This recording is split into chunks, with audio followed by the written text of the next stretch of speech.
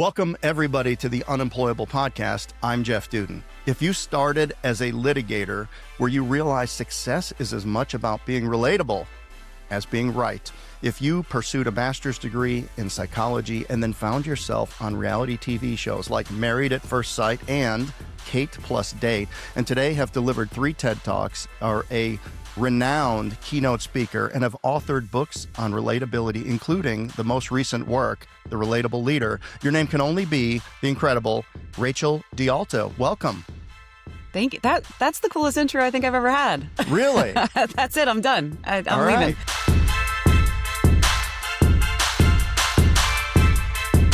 Well, there's a lot that's not in there because I try to keep it to a certain length, but what an incredible journey you've had. It has been something. I mean, if you ask my parents, they're like, wait, what does your daughter do? We still have no idea, but it has been a journey. That's for sure. Yeah.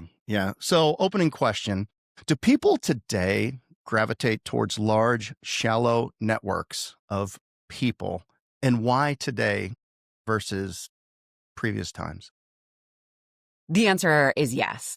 We are constantly accumulating. We're accumulating things and people and networks. And it's in part because social media allows that. That's the construct of social media. So even if we're just talking about business networking, we're creating those networks on LinkedIn. We have thousands of quote unquote connections. And yet you don't know half the people. I have people reach out to me on LinkedIn and say, hey, can you introduce me to XYZ? And I'm like, I don't know XYZ. I have a contact with them. Isn't that the weirdest thing? It happened to me this weekend. It's like, don't you know this person? And I'm like, nah, I don't even know who you're talking about. It's, well, I have 30,000 connections on LinkedIn. You know, I just said, of course said, you don't. I just said yes at some point. Yep. Yeah. And that's the thing. And there are these very tertiary connections versus something that's actually substantial enough to make an impact on your life or your business. And so back in the day, wow, I sound like get off my lawn right there. But yeah, back in the day, you actually had to go out and talk to people. You had to build real connections. I think about my dad, and he was a huge part of the Rotary Club. And that was an enormous impact for our local communities. As you join the Rotary Club, you meet the people, you actually make relationships happen face to face. And where now that's just not what we're spending most of our time doing. And I do the same thing, yet I think there is a value to really deepening as many of those as possible. I was listening to a podcast a few weeks ago, and there was a popular psychologist on there, and he said, I'm going to say something that's very unpopular right now. Kids need to drink more. And it used to be where you were young and you would go out to different places of gathering and you would drink a couple of beers, and that would be a lubricant for you to have a conversation, and you didn't have your phone out and was peering deeply into it. You were talking with people. And he said people have gotten so disconnected in the way, and it's so easy to meet somebody online, or just, you feel connected because you're DMing somebody or you're posting something, but it's not real connection in a lot of situations. And he said, look, I understand that, that's an unpopular take, but what's happening if you're a young person and that's putting you out in a group of people that are having some sort of a common activity, and it's better than sitting in your basement. Yeah. And listen, I have no problem with partaking, but there's so many other ways that we can go out and be social too. I think, he's making a really good point of get out of your house, get off of your phone, find some sort of way to connect with people. And if it's not at a bar, then go bowling, go find something to do that requires you to be amongst human beings. And that's definitely something we've fallen away from. And you see it even, it's part of the issue that I have. I understand that we can be very efficient working from home and hybrid, but we have to be amongst people. The data shows time and time again, the people that get promoted are still the people that have FaceTime. And so there's still a value there. You have to be front and center of people. And that's how you're going to build those relationships, especially from a professional standpoint. I found it very interesting, your focus on relatability, because it's something that I've identified over the course of my career it's a little more, it's a deeper than saying you need to be somebody that people know, like, and trust. Mm-hmm. It's more, how do you make people feel within the first 10 seconds of them getting to know you? Do you smile? Are you warm? Are your eyes sincere? Are you clearly interested in them? You're not overlooking them. You're not busy. You're not bothered. You're present. It wraps up all of these things. When did you first realize that relatability could be a superpower and was critical in people's success? Yeah, I remember it. It's such a bizarre thing because I wasn't looking for it. And it was one of those things that kind of was as handed to me by the universe or someone. But it was around 2019, and actually 2018. That's a lie. So I was on, you might have mentioned, I was on reality television. So I was on a show called Married at First Sight. And I was one of the experts on that show for 2 seasons. Please don't judge me. And I left the show. And when I left the show, we would just get tons and tons of messages from fans saying, "Why did you leave? You were such a relatable expert." And I didn't understand what that meant at the time because I'd never thought about relatability as a trait or some sort of state that would be helpful for people. And I didn't understand why they felt that way because I was literally just a talking head on television. And so I started to study it. And that's really because I'm telling you, Jeff, it was thousands of messages and probably 60 to 70% of them use the same word. And I was like, well, there's something here that's really inspiring people to say, where's this person going? I'm going to miss this person. I'm like, no, you're not. There's plenty of drama to come. But it really allowed me to open my eyes to say, oh, relatability is something, this is something that people can do and learn and really be beneficial to whatever relationship you're looking to build. What was the premise of the show? It is, for those who are blessedly unfamiliar, it is 2 strangers who are getting paired by experts to meet and marry sight unseen. So quite literally binding marriages at the altar. You finally meet your person, you say I do, and then the cameras in my seasons, I think we followed for about 6 weeks. And then at the end of those 6 weeks, they choose whether to stay together or get a divorce. Was there a prenup involved here? No. I think some people could. It wasn't included, I don't believe, within the show. Really? Yeah, I didn't have any sort of, I'm sure there was some sort of general agreement. I would imagine so. But it's funny, even coming from a law background, I stayed so far away from any of the legalities of the show. Okay. But I would imagine, I know it was legal marriages, but I don't know exactly the contracts that they signed or any sort of prenups. But that would make sense. Yeah, I mean, I think in some states there's a time period that you can just get a no fault annulment. Yeah. I don't know if it's like buying a car, if it's like 3 days. You get 3 days. You get 3 days. You get 6 weeks. Yeah, this is in Vegas. It's a little longer, right? Because things. What happens in Vegas stays there for at least 6 weeks. At least 6 weeks. So, but it's man, Wild. I think there's some. Well, I would hope the show would do background checks and figure out who these people are. Make sure that it's number one safe. Yeah. I mean, listen, it's in, I don't even know what season. It's got to be close to 16, 17. So I was on seasons 4 and 5. So it was still on? It's still on. It just moved over to Peacock. But it's still on. It's been in most major cities. So one of the couples that I matched in the season 5, which was Chicago, they're still married. They have 2 kids. They're very happy. They're amazing. And it doesn't mean that it's probably the right method for everyone to go out and find love, but it has worked for several couples. Yeah, I think, well, we're at about a 50% divorce rate in the country. So what was the hit rate on this show? You know what? I don't know for like the overall, but I know there are probably 5 or 6 couples that are still together. I know first season, one of the couples is still together to this day, and that was back in 2013, 14. Yeah.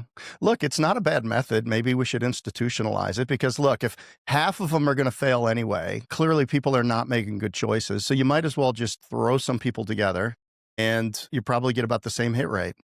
Yeah, there's an argument for it. I mean, I wouldn't sign my kids up for it, but no. I think it's an interesting concept. And I think when you look at the people that have made it, it's the mindset going into it. And really understanding this is what I want and this is a good human being in front of me and I'm going to try to make it work. On the show, how were you billed out as a psychologist?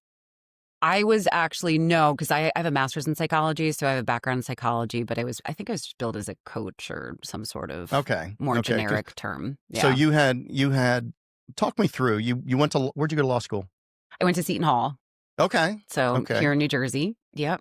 So. All right. And then when you were getting out, did you clerk? How did you get into litigation? I did. Actually, so it was interesting. I was a summer associate when I was in law school, worked for a lovely, fancy firm.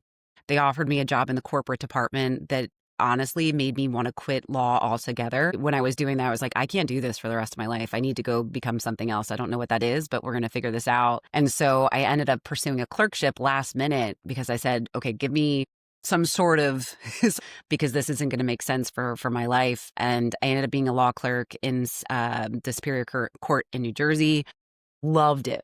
I loved the court. To me, I don't know, maybe it's like my theater background came to life where I was like, wow, people are on stage here. This is fun. There's some theatrics, and sometimes there was some serious theatrics in that courthouse. Yeah. And so that's what made me fall in love with litigation.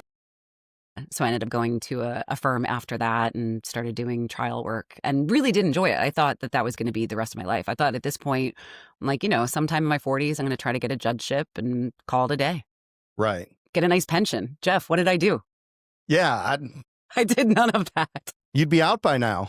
Yeah, I'd be sitting bonbons and having health insurance, through the state. Well, it's like when people say, it's like, man, I thought about when I was 20 robbing a bank. I didn't, but if I did and got caught, I'd be out by now. Yeah. Yeah. It's too late now, but It's too late now to start over. Well, I'm not meant for jail, Jeff. I watch all the shows. No, I'm going to try to stay out of there if I can. I'll visit and do some coaching or speaking. There you go. Yeah. I do have a coffee table book that I do want to go into and get prisoners to help me write. It's called Pros and Cons, poem inmates. Oh my gosh, that's awesome. Isn't that a great title? That is a great title. I love that it's a coffee table book too, because what a conversation piece. I know. Yeah. Jen, we need to edit that out because I don't want that idea to get out there. I've been sitting on that for 15 years. It ain't going anywhere. It ain't going anywhere. Aw, all right. I had faith in you. Well, if I do end up going to jail, then that'll be my first project. Everybody needs a project. I've heard you have to keep your mind busy. That's what I learned on Mara Kingston. You do. Well, so my daughter is wrapping up law school, and she's wrapping up law school in New York. She will be working for a big firm, like you said, the corporate stuff. She's going to do corporate tax law. All right. She did but she did a clerkship this semester, and she loved it. Yeah. Loved it.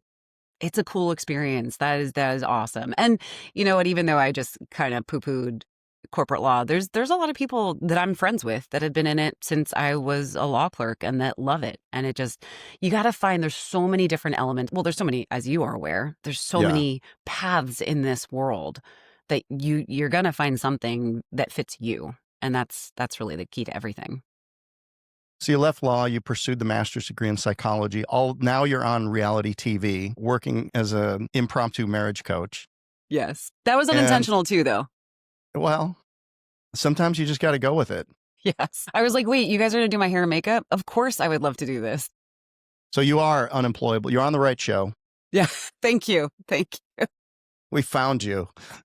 The namesake of the show. But then you started putting together pieces, which is one of the things I like, having a varied life. I've had many, many seasons to my life, and they don't always seem to have always gone together. But you start connecting dots. And one of the dots that you connected was that you had a lot to offer, that you realized that there was commonalities between all the fields that you've been in, and you created a body of work around relatability. How did that happen? It was kind of just a combination of everything, because in between as well, I was a startup founder. So I left law because I created a startup company in the dating space, and that's kind of how I got into the relationship space. Okay. Because started this company, it raised about $2 million really quickly in a private placement, started getting a ton of media hits, and I started appearing on TV around it and talking about relationships and dating and communication. And so that all started probably back in 2010. And then that body of work continued to grow, and I kept on trying to understand more and learn more and go back and study more. Yeah. And so it really was just this moment in time where I realized that TV, while really fun, and I do love television, it's a really good time, is probably one of the least stable professions you could ever get into. And you have zero control. Even as a producer, you would have zero control. And so I needed some more consistency and impact. And so that's really what led me to becoming more of a speaker and an author, and really redirecting focus based on what I had already experienced. What happened with the dating site? Oh, it failed terribly. Did it? It was, oh my gosh. It was an online, offline kind of idea for dating that was really novel at the time. I'm telling you, we were on the front page of the New York Times, Wall Street Journal, Oprah called. It was really novel. But then about 3 months after we launched, all the apps launched, which obviously we had no idea because it was embargoed. And so all of a sudden we were completely obsolete, like absolutely dead in the water, because we would never be able to compete with what technology they had already established and patented. Yeah, there's, you have all these spaces. Well, AI is one right now.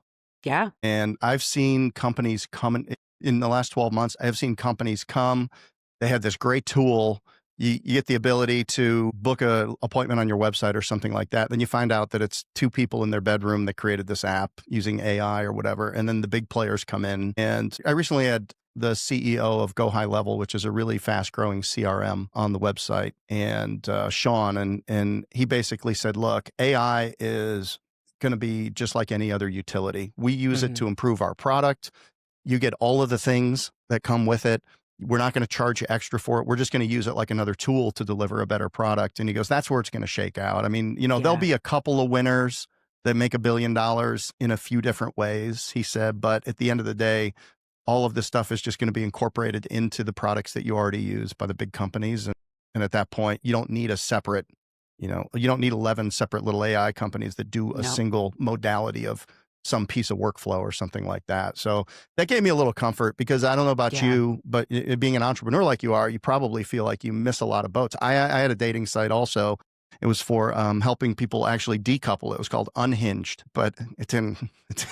And then like Unhinged could go into the con book. It didn't go anywhere. Sometimes when you become unhinged, you could end up in jail. I like it. There's a lot of cross collaboration here. There is. It went nowhere, but absolutely nowhere. How did you land your TED Talks? Because they're really good. I listened to them this morning.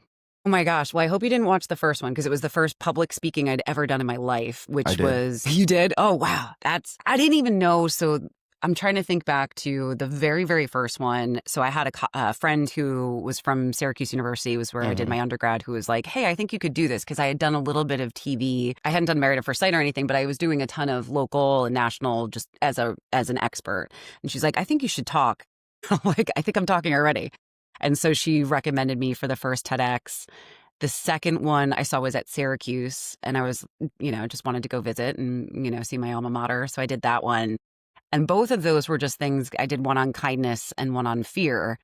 And it was just things I was thinking about. It was, just an idea, because I didn't realize what they meant. And I didn't understand that there was so much power to them. And then by the time I got to the third one, which was in 2019, that was the one where I was like, no, this is part of my message. And so I applied for that one, and they did some screening and auditions and things like that. And so it was a bit of a process on that third one. You're a risk taker. How did you develop your relationship with risk and being fearless? It's funny. I would never identify myself as a risk taker until you look at my life. And then I was like, oh, yeah, I think I need to balance potential outcomes and safety nets with my risks. So, it's funny. I think about it in terms of even just gambling. So I do like to play blackjack. My husband and I mentioned before we started, we went to Atlantic City this last weekend, which we probably do, I don't know, a couple times a year. We live in Jersey, and we play blackjack. And the way I play blackjack is slow and steady until I've already gotten whatever my investment is back. And then I hide that from myself. And then I get as risky as I want. So I play with the gains. And I think I do that with my life too, because I have to have some sort of level of fail-safe so that I make sure that I'm not risking everything. I have some sort of backing. And then once I have that backing, I'm like, oh, let it go. Let's go all in. Yeah, risk the upside. Well, most entrepreneurs would say, I don't believe I'm a risk taker because I believe in what I'm doing. And then when you retrospectively look at it, you're like, oh, that was So like I had a job. Yeah. Probably as a lawyer, I probably would still have a job. Yeah. Well, you're like, oh, you want to give me $2 million to build this app? Sure. Yeah. Sure, I'll take it. Yeah. I was like, I don't know. It sounded good at the time. We're in the franchise space. Yes. We have people that come from all walks of life. They now find themselves in a brandy new business that they may or may not have any experience in. They have to be the face of their business in the community. Because if you think about all the great service businesses in your community, who you call to do the stuff around your house, they were referred by somebody, or you've seen them driving around, but more often than not, those people are kind of pillars in their service community. So the HVAC guy knows who the best electricians are and the roofers are, and they find themselves at the same charity events. They really make themselves visible and important to the communities within which they operate. And that's important because they've got to recruit people, hire people. People need to refer them. They need a good reputation. They need 5-star reviews. So it has a business intent to it. What would you say to somebody to help them be more relatable if they're a first-time entrepreneur, they're coming into New Jersey to open up a fencing business, and they need to become known in the communities they're important for them as somebody that does a good job, but also is known, liked, and trusted? Sure. I think there's we talked about again before we got on, I have a framework called Connect, Communicate, Inspire. It's really the foundation of relatability. What I believe Okay. is going to make anyone relatable, and I would follow that. And honestly, in that case, I would probably start with Inspire. We want to be a lighthouse. We want to bring people in. And what you just said before is exactly that. Most people become entrepreneurs and they don't think they're risk takers because they believe in what they do. And you Sure. have to believe in the service that you provide, whether, if you're a fencing company or if you're doing kitchens and baths or windows and siding or whatever those elements are that you're providing, this is something that people need. And that's the difference. You don't come in as a salesperson, then you come in as somebody who's looking to connect, to help people, to make an impact. And that's the Inspire section is, what is my purpose? What am I doing? What is the reason why I got into this business and I got into this field? And so when you are lit up from that inside idea, then all of a sudden it makes it easier to start making those connections. And we work backwards to connect and communicate is really, how am I showing up as me? Know, like, and trust isn't because you're a great salesperson and you had, the best tagline. It's because you were a real human being and you showed that you cared about me and you showed that that I'm consistent in the way that I show up and my words match my actions, my services match my promise. Yeah. And so that's kind of I think the secret sauce, but you start with, why do you do what you do? Why did you get into this and how are you helping people? Do you have any tips and tricks for immediate connection? Yeah, I mean, it comes back to basics. It's a funny thing. I've never pretended to be reinventing the wheel over here. Sure. But you think about, I oftentimes think about, when you are with someone, what drew you to them? And sometimes modeling and just being aware of how people are showing up in a way that makes you feel good and makes you want to connect with them. And it's things like eye contact. It's things like a smile. It's things like curiosity, I think is one of the most undervalued ways of making people feel connected to you immediately. Get curious about the person in front of you, because I'm sure you've seen this, but a million times you end up in conversations and people just want to talk about themselves. Well, that is the worst way to connect with someone. That's why I talk to myself so much. Yes. I fall immediately in love. See, that works really well within ourselves. But man, when you were in a situation, I've walked away with so many conversations like, holy we just talked for an hour and they know nothing about me. Didn't ask one question. So if you are an introvert and you're looking to really start to make connections, ask some questions of people and then Isn't that the goal? Okay, so my goal in any conversation. Okay, so I'll share a situation from this weekend. I was in New York. I'm at a restaurant. I have family with me. Guy, we're in a tight little how the places in New York, a little tight little, you get in and there's 11 tables in there and it's obnoxious because you had to wait 30 days to get into this place and blah, blah, blah, right? So but these little tables and you're there and this guy's next to me. And he leans over, name's Matt, if you're listening, don't doubt you. I know Matt's, how I know Matt's not listening? Because he didn't get one bit of information on me. So he looks over and he says, and I had the chicken schnitzel. All right. I was partying a little bit. And he just leans over. He says, are those fries good? So I looked at him and I took a fry and I just held it and I gave it to him. This stranger, right? And he looked at the fry, he took it and he ate it. Okay. All right. And he had just come from a office party and he had there was 3 or 4, he had his girlfriend with him. He was probably my age. He has his girlfriend and a couple other coworkers there, and they had drank wine at their annual holiday party and all this stuff. So he's like, I got about $4,000 of wine in me, he said. And so but anyway, we ended up talking for probably 15 minutes and, our party engaged him. His party didn't engage us. But when I leave a interaction like that, my goal is that I know 100 times more about them than they know about me.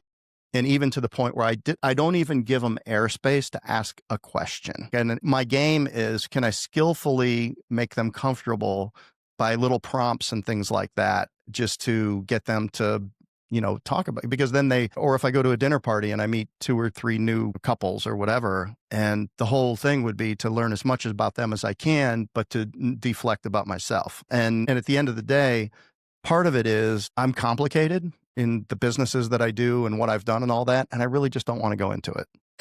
You know what I mean? It's like, I tell people I'm a lawyer all the time. I've heard it, I've heard it. So it's not that interesting to me. But what I do find is that as long as you don't come off as deflecting or dismissive, that I think generally it really increases your relatability factor. So, I mean, people talking about themselves to me is a good thing. Now, if I am at a business setting where I'm looking for clients, or, I recently launched a mastermind, I'm looking for something, then you have to tell people what you're doing, but it's structured. It's a structured 30-second or 3-minute, depending on what the situation is there. But yeah, curiosity is one of the connection tools else that rises to the level, or anything else about curiosity that you coach people, or when you're given a keynote, you tell people that they should consider doing. Well, exactly what you're talking about doing, which is intentionality and being intentional in how you approach those situations. Because the fact is, most people don't have an intention before they're engaging with someone else. It doesn't sound like your dining, sidecar guys were really intentional about anything, because they were just having a good night. But that's right. There's a way. Yeah, I'm sure. But I'm sure if someone said, "Oh, how was your weekend in New York?" That's a fond moment of like, "Oh, we met these amazing people at dinner."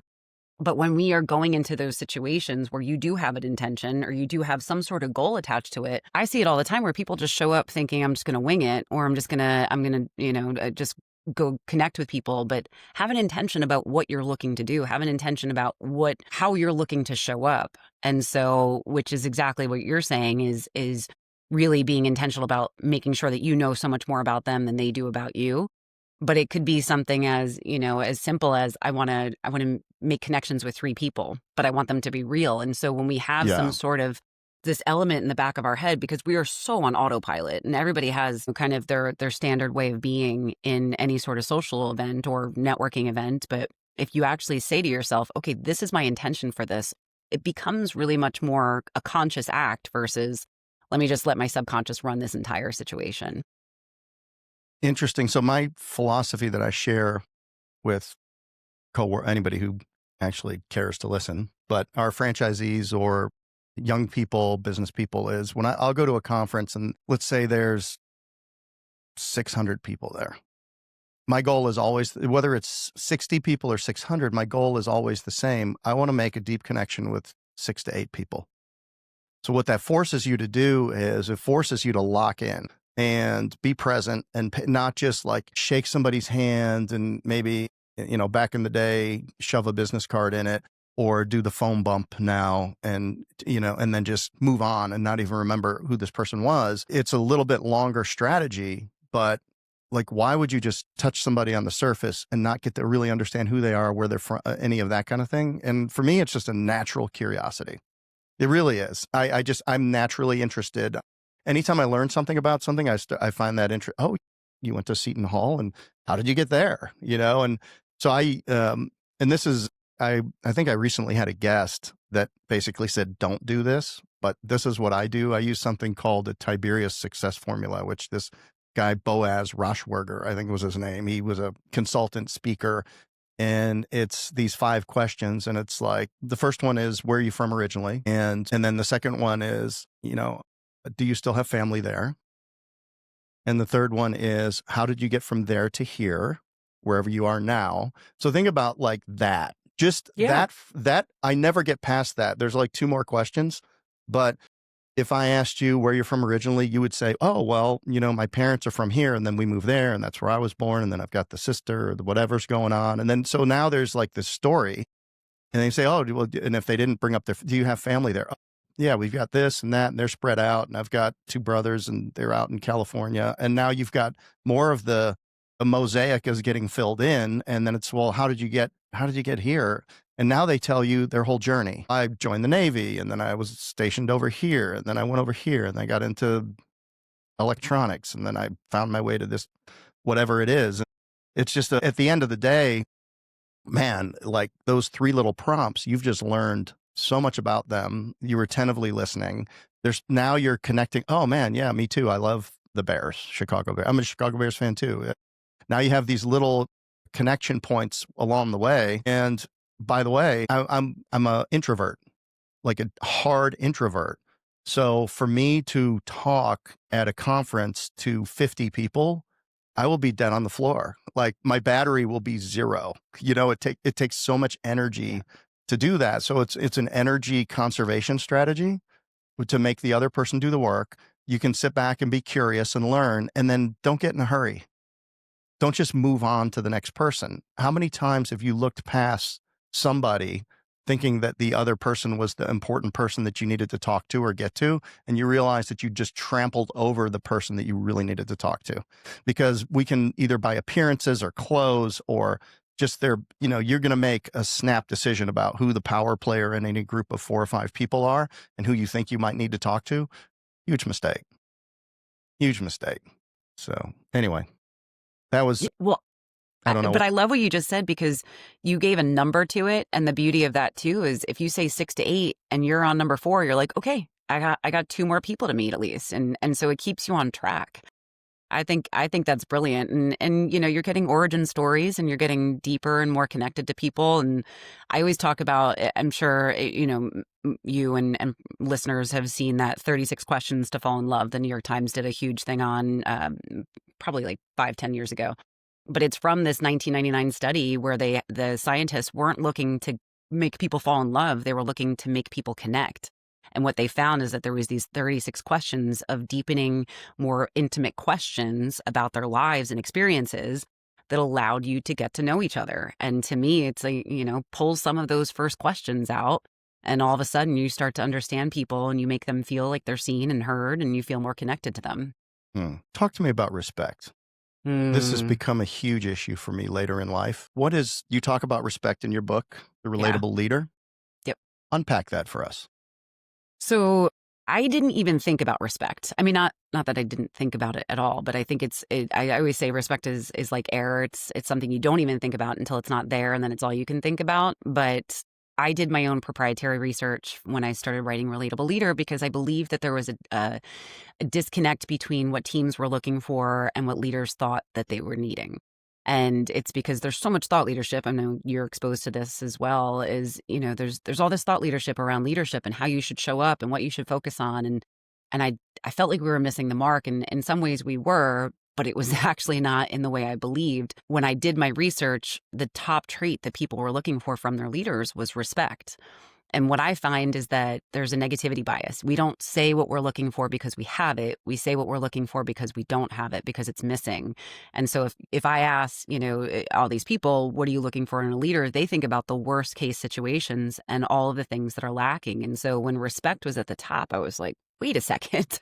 I thought that was a given. I was under the impression that most people understood that their teams needed respect and were providing at least a baseline of it. And so that's what I recognize is we have missed the mark. We're trying to build a house on a foundation that's not there. And so really going back and understanding what is respect and how do I show people that I respect them. And there's a quote in my book, and it's something I share in every keynote that I give on leadership. It's based on a study that used this phrase, respect is the manifestation of believing another person has value. And to me, it gives me goosebumps, because I'm like, wow. First of all, how sad it is that we have to define something that shows that we're not showing people they are valuable in any way, just as in their existence. But also, I think of it from a framework of, if you listen to nothing else that we've talked about, but you go out and you show people and you show people that they have value to you, everything starts to shift. Yeah. Respect in relationships is everything. And I think in your work, once there's a pattern of disrespect between 2 people, how does that tend to erode the relationship? And maybe this goes back to your dating and your marriage days or things like that. But I also think it can happen in the corporate setting. It can happen with mentors. It can happen with friends. Yeah. So It requires a massive reset button, and it requires intentionality and a desire. And we see this, if we take it from personal relationships first, you see when people start to lose respect in a relationship. You see it within, whether it's spouses or friendships. And it's because of the way that they show up, and this person is no longer valuable to them in that Mm, relationship. And so there has to be a reset of, this is what I need, and can you give me what I need, and can we reset how we show up here so that that comes back? And sometimes it doesn't, and sometimes that requires a reset of the relationship or an ending of the relationship. I think it's different in professional settings. A lot of times when I really dove into respect from the standpoint of the team is, they're being treated as if they don't matter. They're being treated as if they're just a pawn in the game versus an asset. And that's the difference from the professional side is how do we make sure that everybody in your entire tree of your organization feels like they're making an impact. And that's really on the leadership to show people that they make a difference. you really have to pay attention. Yeah. Whether it be in personal relationships or business relationships, do men and women have the ability to reset differently? I think everybody's unique in that situation. I think men and women approach things differently, that we value things differently. It's something that came up too in the research where, one of the things we hear a lot about leadership is that we have to be authentic. And I truly believe that authenticity is, it's been shown time and time again of being really important, but women didn't even have it in the top 10 of traits that they were looking for, but men had it as the top 3. And so, it's recognizing the differences of what people need and want. And that's where that reset would be different, is if you're not feeling like you have the right relationship and you're working with a male counterpart, you'd be like, okay, so authenticity is something I have to focus on, because that's part of the level of where, they're going to respect me more, they're going to trust me more, they're going to be more impacted by my leadership if I am more authentic and real, because the dynamic is different because of what they're searching for from leaders. What are we intentionally or unintentionally telegraphing to people based on how long it takes us to respond to them? Well, it goes back to whether or not we respect them, whether or not they matter to us. Because, if there's something that you think is a fire, and it's something you have to respond to immediately, it's because the impact of not responding is detrimental to you, right? You have Right, something where this is a problem. But guess what? If somebody doesn't matter to me, then it doesn't matter when I respond. right. I think people make that mistake. Yeah. You just, And you see a message come in and you just yeah. rank it, like how important it is Yeah. that I respond to this right now. And I get to listen, I'm the queen of, someone will send me a text message and I'll respond at like 3 a.m. in my head. And so I'm not saying, there are definitely times where your life gets in the way, but there's also those moments where you're like, wait, no, I responded to the ones above that because I knew the impact was more significant for me. Yeah, we try to adhere to a sunset rule, respond to all messages before sunset. Mm. And even if it's just an acknowledgement, but I'm an early riser, so there are people that get text messages from me at 4:30 in the morning because I'm clearing up yesterday's misses. Yeah. And Get that though. And again, there's nuances to every situation, but I think if there is, because I view it from the standpoint of, I want to take care of our teams. And I think that that's the part where I think of it from the standpoint of the team. It's like, if you are consistently not making them a priority and you're consistently not giving them, that sliver of attention that they're looking for, that's a problem. yeah, yeah. You're a busy keynoter these days. Who are you speaking to, and how many different keynotes do you have, or what are we going to hear when we come to see you? Yeah, it's so I kind of have 2 main pathways of keynotes. I have Relatable. So there's more the general relatability, really helping people build connections from, a broader scale. I have the Relatable Leader. And then I have a new keynote that I just started, which is called Seen. So just helping people see one another from a leadership perspective, but also from a team perspective. Because I truly think that there's no greater value than to teach people how to feel seen and heard and how to help implement that in our organization. It's funny when people ask me, who do you speak to? I'm like, pretty much everybody. And I know when I first started keynoting, they're like, you have to pick a lane, like you have to find a vertical and it has to, maybe it's optometrists. And I'm like, that pretty sure. And so I find myself being like, Yeah, oh, wait, they were wrong because it's all over the place. I mean, I do a lot of work with lawyers, not surprisingly, but sure. beyond that, it's medical, it's healthcare, it's startups, it's associations, corporations, pretty much everybody. Everybody needs to be relatable. Right, right. What do you see as two or three of the biggest impediments today in the way that we operate for people creating the types of relationships that they used to have with their employer? We would go to work somewhere. I mean, we really, and by the way, I think about this a lot. We have young people that come to work here, and I'm just like, what are they going home and telling their parents about their experience here? Like at that point, that brings it right home for me. It's like, are we being a good Yeah. steward of this human's time and investment? Are they getting something out of this that I would want my kids to get out of it? Because you get busy in work, there's pressure, there's deals, there's risk, there's all of this stuff going on, deadlines, and it's really easy to look at the tactical stuff and overlook some of the people sometimes, thinking somebody else is taking care of them. I'm sure they're getting well led and those types of things. But especially in a leadership role, I mean, it's really, really important that you're connecting.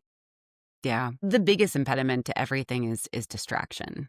We are so Mm, unbelievably distracted. And it's an interesting thing because when I do talk to leaders, the number one reason they give me for not leading the way that they would prefer to be leading is time. But if you actually go through your day and you think about how many times you're picking up your phone, how many times you're checking, social media, how many times that you are distracted, that is the biggest impediment. And there's no resolution of it. And it makes me think about, there are people who are chronic overeaters, right? That this is something within themselves. They have a really hard time tapering off, their food. Well, you can't stop eating, right? You have to eat. You have to really learn to live within the confines of how you are in this environment. And it's the same thing when it comes to social media and phones. And it's part of the reason why, like, this guy is over here turned off face down. Data shows that having your phone upward facing and in somewhere in an environment when you're having a conversation distracts your cognitive ability. It lowers all of your processing. So there's so many things that we could do to make it a little bit better. We're never going to get rid of technology. I don't want to. So this isn't me right. saying like, let's go back and churn butter. This is saying we have to work within the confines of what we're offered. And that is being conscious of what gets in your way. And people have so much more time than they think because they're just not being efficient with it, because they're falling prey to whatever distractions are available to them around them. I find it really interesting. I've got some people that I respect deeply as business builders and executors, and they say, I'm not on social media. And for us, first of all, as a franchisor, we're a marketing organization. We better be paying attention. There's going to be, I think, $50 billion spent on social media advertising and promotions by 2030. I mean, it's some You have to. ridiculous number. And I mean, there's companies that have been built on X. I mean, straight on X. I mean, there's people that have built company.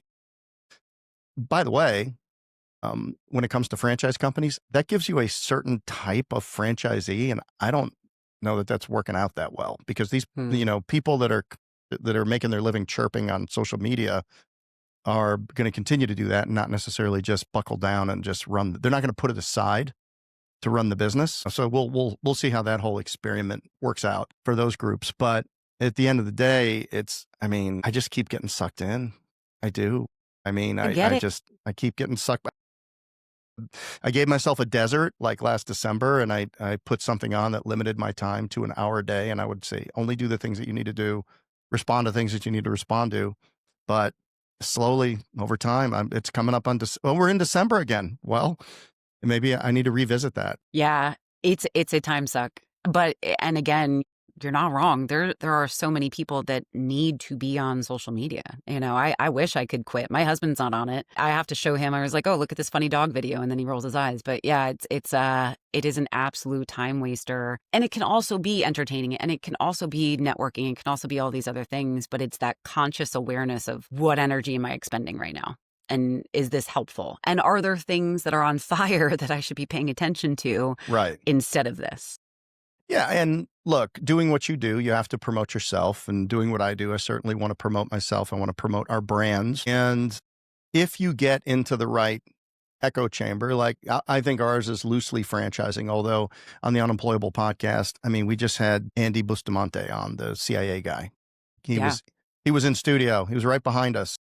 So cool. And yeah, he was great. Oh, he was great. And I had all my questions laid out, and we locked eyes. We started the thing, and I had an opener, and he started talking about, I know you're in franchising here, but I just want to tell you how hard it's been to build my business. Because he started his business in 2019. He was a CIA guy, and then he was a corporate guy, but then they launched this business. He's doing exceptionally well. And he's, got a great business going, but he goes, man, it's so much harder than I thought it would be. So 10, 15 minutes on that. And then I get to the opener, but then literally I didn't even get to a question. I mean, any of the questions. I mean, I had prepared well, so I was able to navigate through all the things. But look, that has nothing to do with franchising, or does it? Right? Are there people, because franchising is generally our community. I mean, it's 1 out of every 8 people in this country work for a franchise. By the way, it's a massive 829,000 franchise establishments, 4,000 actively growing brands. I mean, it's a massive business model across multiple business segments. So there's plenty there, but still I find my need to go outside of it and have, guests that don't have an immediate connection to it. But quite frankly, if I was a listener, I just wouldn't want to listen to every little franchise nugget every day. It's all relevant. Yeah, because what happens is people come into your content when they need it. But if it's not entertaining, engaging, and valuable, then they're just going to take what they need, and then they're going to be like, I heard that already. And then they're going to move on, as opposed to the shows that provide some entertainment, inspiration. Well, kind of what you said. You want to connect with your audience, you want to communicate to them, and then you need to educate and inspire them. So it's the relatability model is kind of what we need to do, and that's how we need to occur on social media to build your business and to build ours. That is the goal. That is the goal. And so I also think in that intentionality is it helps you kind of navigate social media and do the things that we need to do on it to grow our business without feeling like we're giving it all of the attention versus the necessary attention. That's the balance. So when it comes to being relatable, do you have any do's or don't do's for people on social media? Oh, gosh. How long do we have, Jeff? I think the biggest ones that stand out to me when I'm like, man, I wish I could delete that for them, is when they really show up trying to be someone that they're not. And you can feel it, you can smell it, and especially from from the franchise space, is you're looking to connect with your community. These are face-to-face, person-to-person interactions, and when they're not showing up as themselves. They're fully scripted. And I understand too, and I think what I'm thinking of right now, very specific instances where I've seen where people have showed up and they're clearly trying to do some direct to camera, video, and it's just horrible because they're trying to be perfect, or they're trying to show up in the way that they think they're going to show up. And I think that would be the biggest don't try to be someone you're not. Don't try to be perfect. Do be somebody that someone in your community says, oh, that's somebody that I would want to work with. It's the know, like, and trust, but we can feel that within seconds. Like you said, the relatability factor is something you can start to feel the minute that you start to meet somebody. Sure. And they're meeting you for the first time when they see you making a video on social. They see you for the first time and they think, oh gosh, that is a person that I probably never want to encounter. Or, you know what, the next time I need XYZ, I'm going to consider that person. How much of your content do you think gets consumed by a client that ends up booking you for a speaking engagement? It's such a weird thing. Well, this is terrible too, because from a business person's aspect, they're going to be like, I can't believe you don't track this. So I have a management company that handles all of my speaking. And so they do all the sales, they do the tracking. So I'm like, I don't even know where they're coming from because I haven't asked. I think they have. Yeah. which sounds terrible. It's like know your numbers, right? As a business owner, I'm like, I kind of know, but I know that there are several clients that will consume, I do a lot of video work on LinkedIn, on Instagram, on TikTok. And so for me, I know the people that I work with, they will reference it once I've been hired. I don't know how much is coming from those avenues, but I do know that when we research people, we're going to all of their media channels. We're going, and we're consuming as much as possible. So even if maybe they didn't generate from there, they're being supported in their decision making by viewing that content.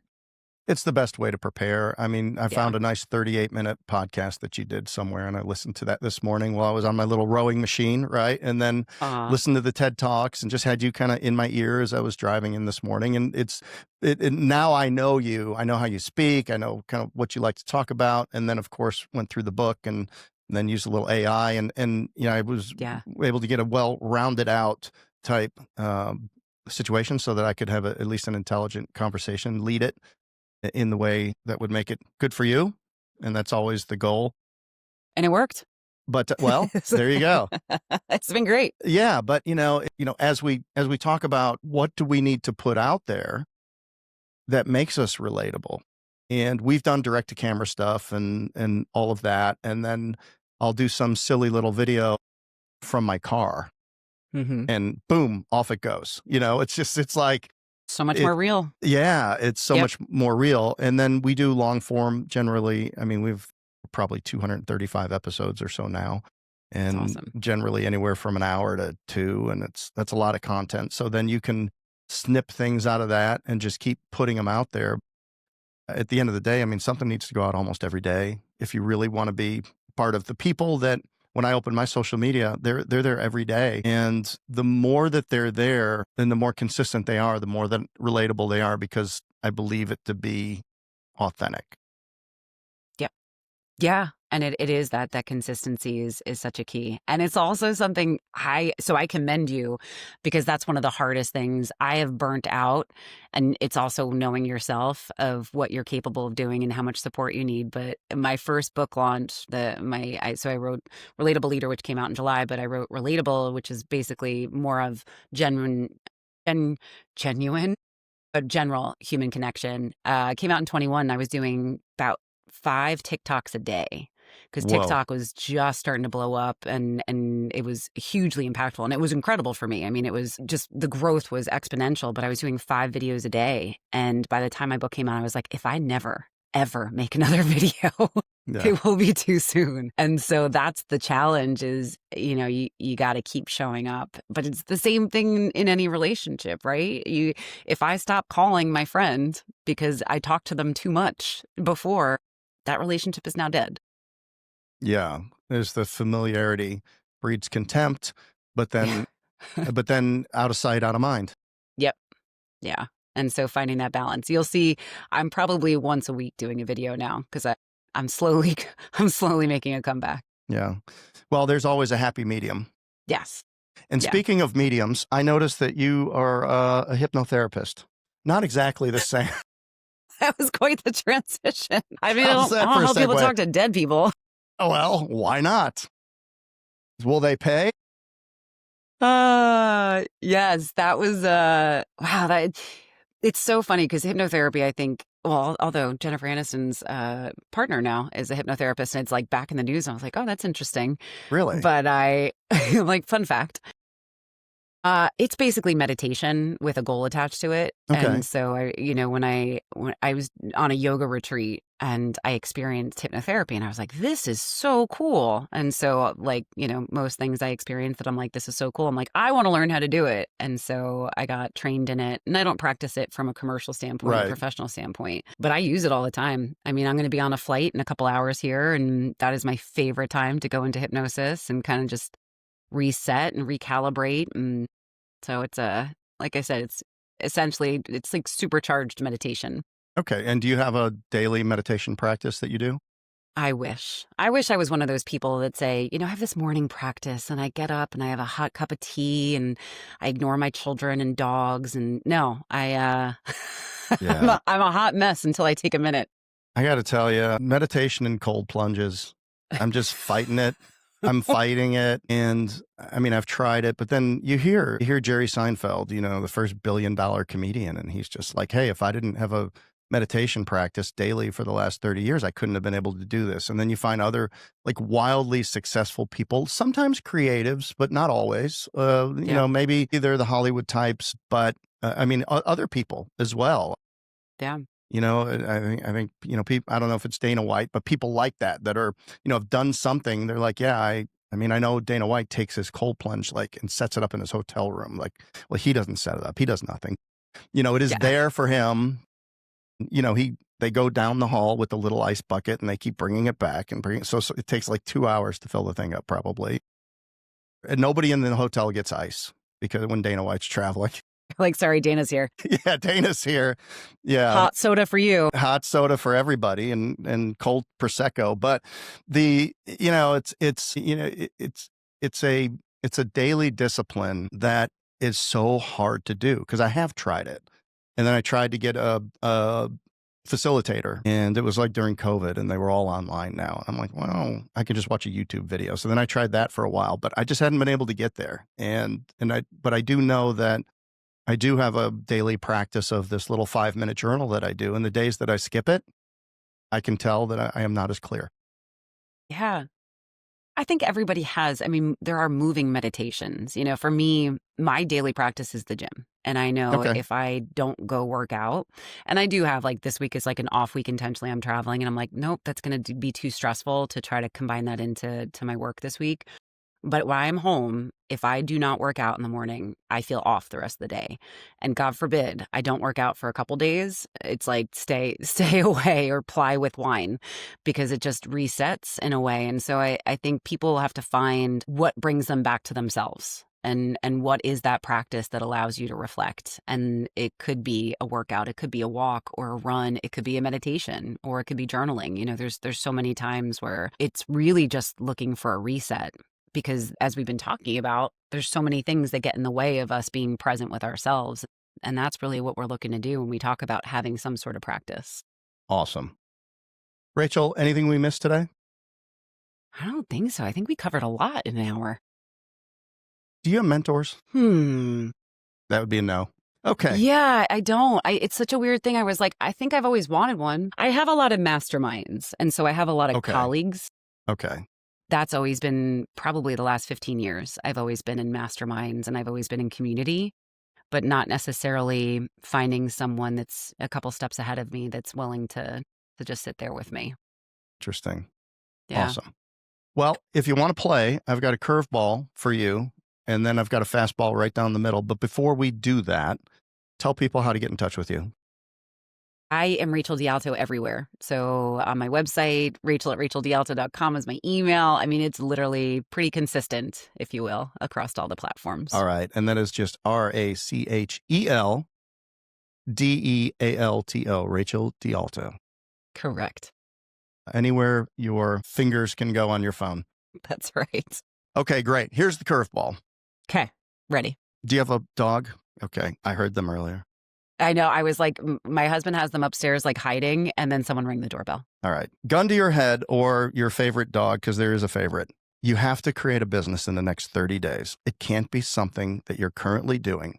What business, what opportunity do you see in the marketplace? What business would you create if you had to create one? You see a lot. You go to these companies. I do. So, and I don't know exactly what the iteration would be, but it's something with experiences.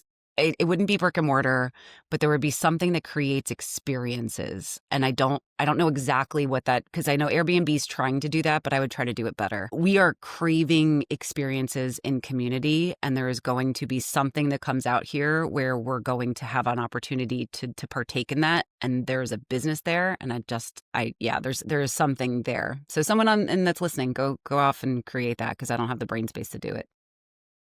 Awesome. Sounds good. All right, here we go. Fastball right down the middle, last question of the day. If you had one sentence to make an impact in somebody's life, what would that be? Take care of each other. That's it. That's it. I could expand on that, but just take care of each other. All right. Rachel, thank you for being on today. Thank you for having me. Yeah, this has been a lot of fun. It has. All right. I'm Good Jeff questions. Dudan. Yes. Sorry, Well, as I interrupt your exit. well, that's fine. That's fine. I'm Jeff Dudan. Have been here with the incredible Rachel DeAlto on the Unemployable podcast. Thanks for listening.